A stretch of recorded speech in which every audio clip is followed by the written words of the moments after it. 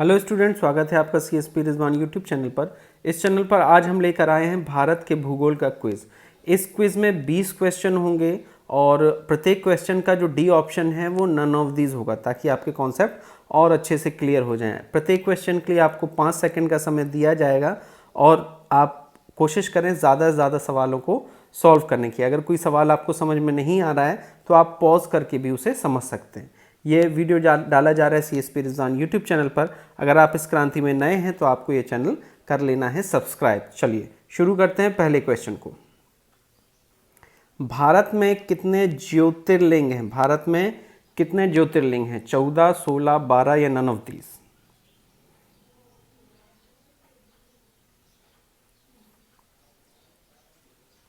तो इसका सही उत्तर है 12। भारत में शिव जी के मंदिर होते हैं ज्योतिर्लिंग।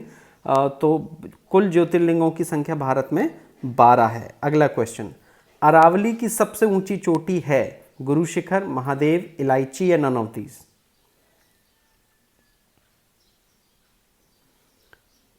तो इसका सही आंसर होगा गुरु शिखर। अरावली की सबसे ऊंची चोटी गुरु शिखर है और अरावली गुजरात के पालनपुर से दिल्ली तक फैली हुई है। किस दर्रे से सतलुज नदी भारत में प्रवेश करती है? शिपकिला, लिपुलेख, नीति या फिर नन ऑफ दीज?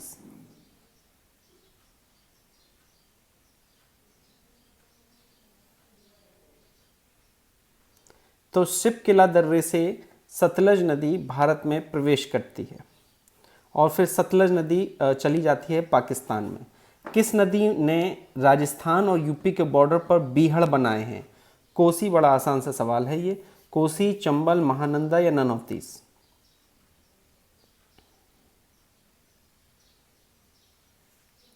तो इसका सही उत्तर होगा चंबल। चंबल नदी जानापाऊ पहाड़ियों से निकलती है और इसने राजस्थान और यूपी के बॉर्डर पर बीहड़ों का निर्माण किया है। अगला इंपॉर्टेंट क्वेश्चन है, ध्यान से पढ़िएगा।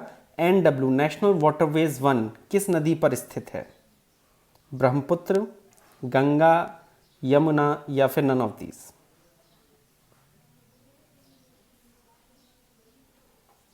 तो जो NW1 है, नेशनल वाटरवेज 1 है, वो इलाहाबाद से हल्दिया तक है। तो इलाहाबाद से हल्दिया तक है तो जाहिर सी बात है गंगा नदी पर ही स्थित होगा। तो NW1 बी ऑप्शन सही है, गंगा नदी पर स्थित है।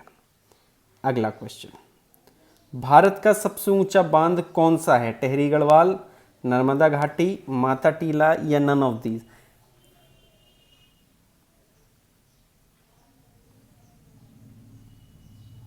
तो जिन लोगों ने नन ऑफ दीज लगाया है, भाखड़ा नागल, डेटा चेंज हो गया है। टेहरी गढ़वाल 261 मीटर ऊंचा ये बांध है।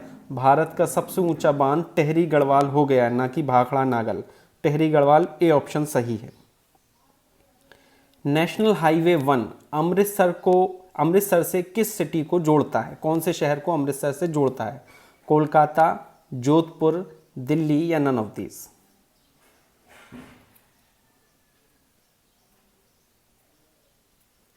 तो NW1 अमृतसर से वाघा बॉर्डर से दिल्ली को जोड़ता है, तो आपका सी ऑप्शन सही होगा। NH1 जो है वो अमृतसर से दिल्ली है और NH2 जो है वो दिल्ली से कोलकाता है। तो आप थोड़ा याद रखिएगा, ये 10 तक, NH1 से लेकर NH10 तक तो आपको याद रखना ही रखना है। जनजाति लोग कौन सी खेती करना पसंद करते हैं? रोपड़, मिश्रित, झूम या नन ऑफ दीज?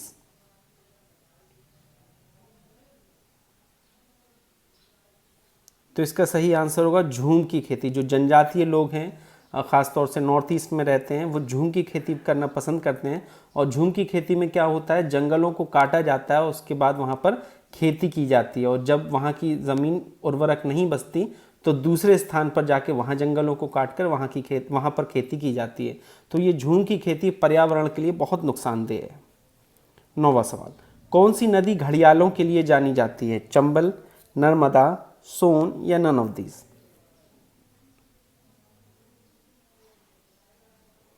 तो ये आसान सा प्रश्न है, सभी को पता होगा। चंबल नदी घड़ियालों के लिए जानी जाती है, इसलिए ऑप्शन ए सही होगा। 10वां सवाल, श्रीनगर है एक मैदान, घाटी, पर्वत या पठार?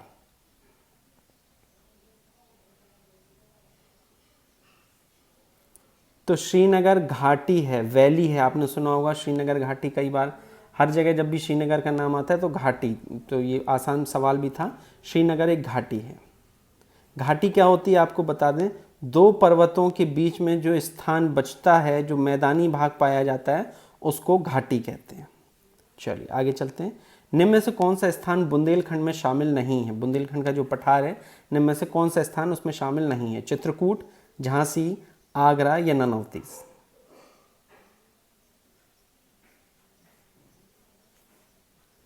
तो इसका सही उत्तर है आगरा। चित्रकूट और झांसी दोनों बुंदेलखंड में आते हैं, जबकि आगरा बुंदेलखंड में नहीं आता है। 12वां सवाल, निम्नलिखित में से कौन सा देश का पहला टाइगर रिजर्व है?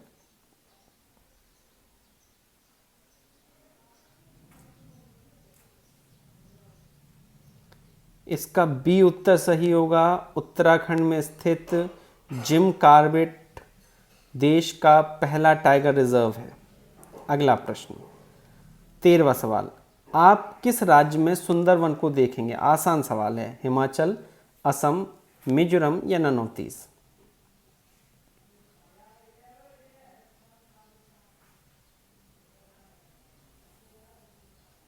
तो इसका सही जवाब होगा डी, क्योंकि आप वेस्ट बंगाल में, पश्चिम बंगाल में सुंदरवन को पाएंगे और वहीं पर सुंदरवन डेल्टा है। सुंदरी के पेड़ों की अधिकता के कारण उसे सुंदरवन कहा जाता है और रॉयल बंगाल टाइगर के लिए प्रसिद्ध है। 14 सवाल, जवाहरलाल नेहरू बंदरगाह स्थित है?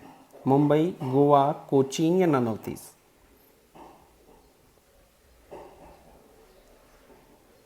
तो इसका सही जवाब होगा मुंबई। जवाहरलाल नेहरू बंदरगाह मुंबई में स्थित है। निम्न में से कौन सी गंगा से मिलने वाली नदी नहीं है? मतलब गंगा की सहायक नदी निम्नलिखित में से कौन सी नहीं है? कोसी, गोमती, चंबल, यमुना?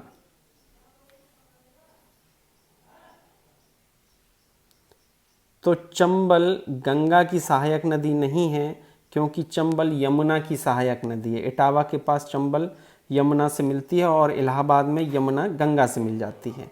तो चंबल गंगा की नहीं, यमुना की सहायक नदी है। आप किस राज्य में दूध सागर देखेंगे? दूध सागर एक फॉल है, वो किस राज्य में स्थित है? गोवा, मुंबई, कर्नाटक या नन ऑफ दीज?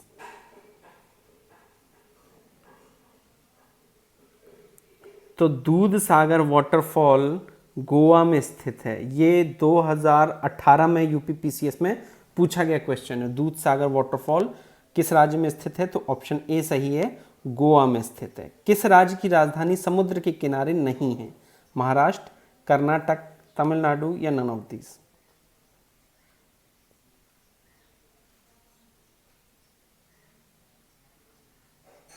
तो कर्नाटक की राजधानी बेंगलोर समुद्र के किनारे स्थित नहीं है। अगर आप देखें मुंबई, तो यहाँ पर महाराष्ट्र है, महाराष्ट्र की राजधानी मुंबई है। अगर आप देखें तमिलनाडु, तो तमिलनाडु यहाँ है, तमिलनाडु की राजधानी चेन्नई यहाँ पर स्थित है। लेकिन जो कर्नाटक है, कर्नाटक की राजधानी बेंगलोर लगभग यहाँ पर स्थित है, तो बेंगलोर समुद्र तट पर स्थित नहीं है। 18वां सवाल करते हैं, निम्न में से कौन सी अंतर्राष्ट्रीय नदी है? चंबल, गंगा, ब्रह्मपुत्र या नन ऑफ दीज?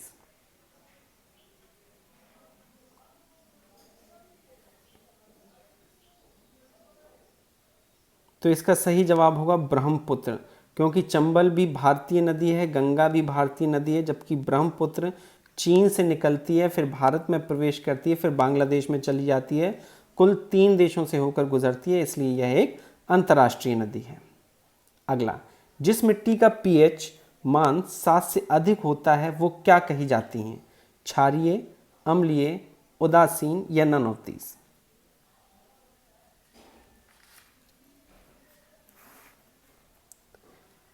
तो जिनका भी, चाहे वो पदार्थ हो या मिट्टी हो, जिनका पीएच 7 से अधिक होता है वह क्षारीय कही जाती हैं। तो इसका ऑप्शन ए सही है। आखिरी सवाल कर रहे हैं, ICAR Indian council of agriculture research के अनुसार भारत में कितने प्रकार की मिट्टी पाई जाती हैं? 8, 9, 6 या नन ऑफ दीज?